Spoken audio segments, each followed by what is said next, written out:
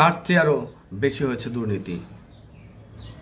যারা এক সময় গাড়ি দুটার টাকাও ছিল না, তারা এখন হেলিকপ্টারে চড়ছে, প্লেনে চড়ছে, তারা এখন দামি দামি গাড়ি ব্যবহার করছে। সব দলের কিছু কিছু কর্মী থাকে যারা সেই দলের অন্ধভক্ত থাকে।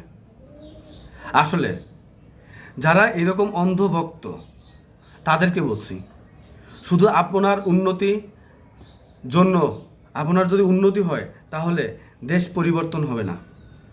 দেশের 18 কোটি জনগণ সকলেই যেন দেশের সুযোগ সুবিধা, রাষ্ট্রীয় সুযোগ সুবিধা পায়, সেই কথা বিবেচনা আনতে হবে। আপনি এককভাবে পরিবর্তন হলে কখনো সমাজ পরিবর্তন হবে না, দেশ পরিবর্তন হবে না।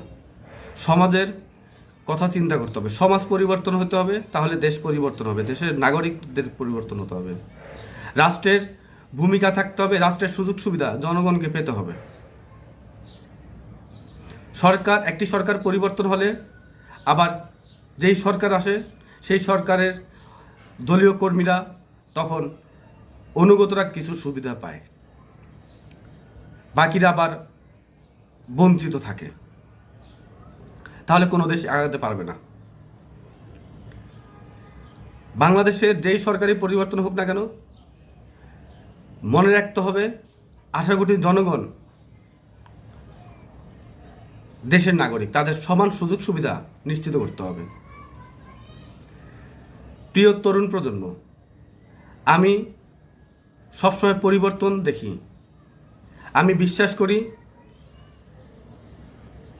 রাষ্ট্রের এবং দেশের জনগণের পরিবর্তন, দেশের উন্নতি, তাদের জীবনযাত্রা, আমাদের ভবিষ্যৎ প্রজন্মের উন্নতি করতে হলে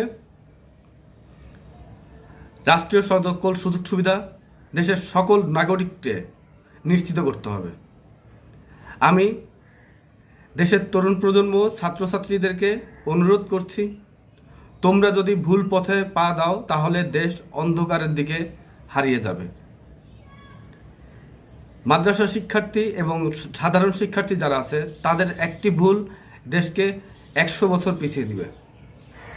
তোমরা ঐক্যবদ্ধ হও, তোমাদের প্রয়োজন, আমার খুবই প্রয়োজন দেশের উন্নতি এবং দেশের ভবিষ্যতের জন্য। আমি দেশের এবং জনগণের জন্য কাজ করতে চাই। আমি চাই দেশে বৈষম্য দূর হোক, আইনের শাসন প্রতিষ্ঠিত হোক এবং দেশের সকল নাগরিক যেন এই দেশের নাগরিক হয়ে গর্বে নিয়ে বেঁচে থাকতে পারে। সবাইকে ধন্যবাদ। আসসালামু আলাইকুম।